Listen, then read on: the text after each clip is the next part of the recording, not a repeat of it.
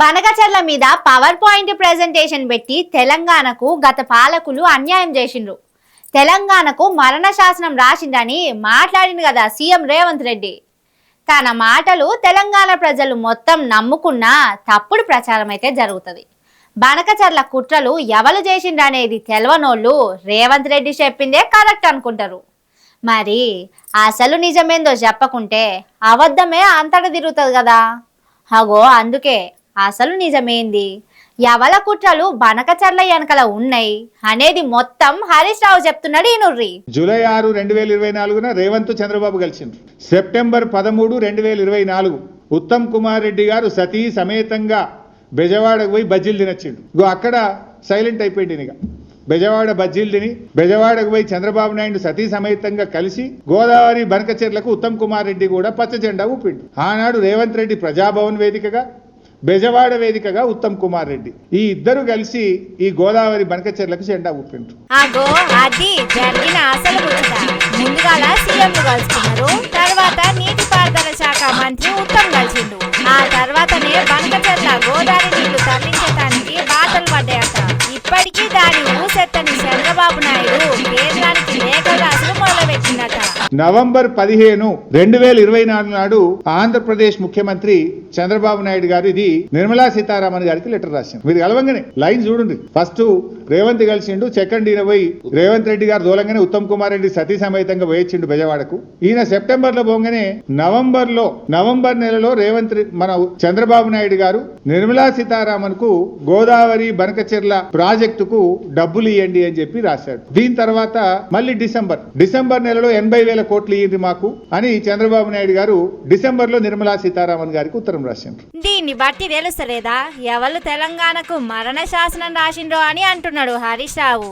ఓగాల గత ప్రభుత్వమే బనకచెర్లకు సపోర్ట్ చేసింది అనుకుంటే అప్పటి ఆంధ్రప్రదేశ్ ముఖ్యమంత్రి జగన్ ఎందుకు కేంద్రానికి ఉత్తరాలు రాయలేదు, ఎందుకు మాకు పైసలు ఇయ్యండి అని కేంద్రాన్ని కోరలేదు, ఎందుకంటే అప్పుడు సపోర్ట్ లేదు ఏం లేదు కాబట్టి అన్నట్టు చెప్పిండు.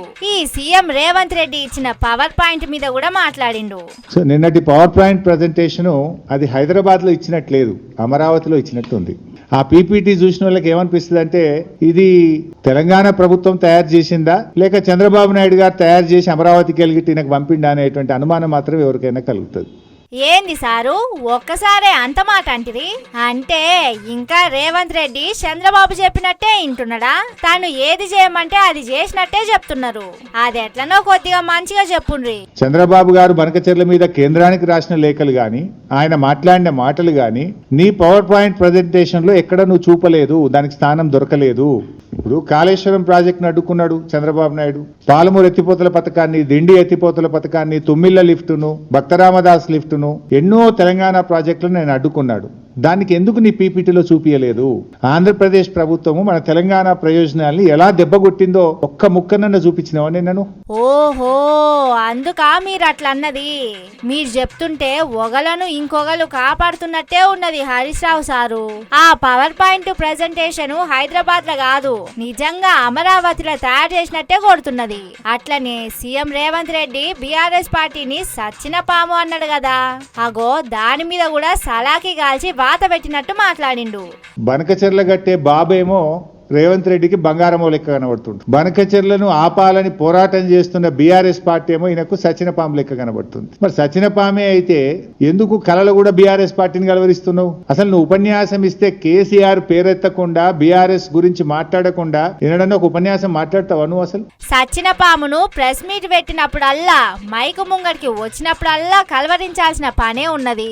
ఎందుకంటే బీఆర్ఎస్ సచిన పాము కాదు, అది సంపే పాము. శివలింగానికి నాగుపాము ఎట్లా చుట్టుకొని ఉంటదో తెలంగాణకు ఎసొంటి నష్టం జరిగే ముచ్చట వచ్చినా, అన్యాయం చేసే కుట్రలు జరిగినా పడిగా విప్పి బుసగొడతది అనేది రేవంత్ రెడ్డికి బాగా తెలుసు కాబట్టి సచిన పాము అని కలవరిస్తున్నాడు అన్నట్టు చెప్పిండు. అదే ముచ్చట మీద సీఎం రేవంత్ రెడ్డికి గట్టి హెచ్చరికలు చేసిండు. నువ్వు పిసిసి అధ్యక్షుడిగా ఉన్నప్పుడు ఈ రాష్ట్రంలో ఉప ఎన్నికలు జరిగితే నీ అధ్యక్షతన జరిగిన ఎన్నికల్లో కాంగ్రెస్ పార్టీ డిపాజిట్ గల్లంతైంది. అప్పుడు కాంగ్రెస్ పార్టీ చచ్చిన పామైందా? ఈ చచ్చిన పాము లాంటి చౌకబారు ముచ్చట్లు మాకు చెప్పకు, నీ రాహుల్ గాంధీకి చెప్పుకునేది ఉంటే. ఈ అతి తెలివితేటలు అవసరం లేదు మిస్టర్ రేవంత్ రెడ్డి గారు.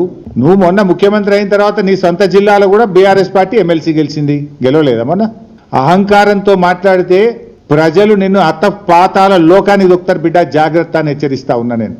ఎట్లున్నది దెబ్బ అదుర్స్ కదా అన్నట్టు నశాలానికి మాటల ఘాటు తాకేటట్టు ప్రజలతోని పంచులేసిందని అంటున్నారు ఈ మాటలిన్న తెలంగాణ పబ్లిక్. ఈ మాటలు సీఎం రేవంత్ రెడ్డి ఇంటే గుండెల్లా రైళ్లు పరుగులు తీస్తే కావచ్చు అని కూడా అనుకుంటున్నారట. మరి ఇప్పటికైనా రేవంత్ రెడ్డి బీఆర్ఎస్ పార్టీ మీద, తెలంగాణ ప్రయోజనాల మీద తప్పుడు ప్రచారాలు ఆపుతాడో లేకుంటే ఎప్పటి తిరగానే అబద్ధాల స్పీచ్లు దంచుతాడో చూడాలే అని అంటున్నారు.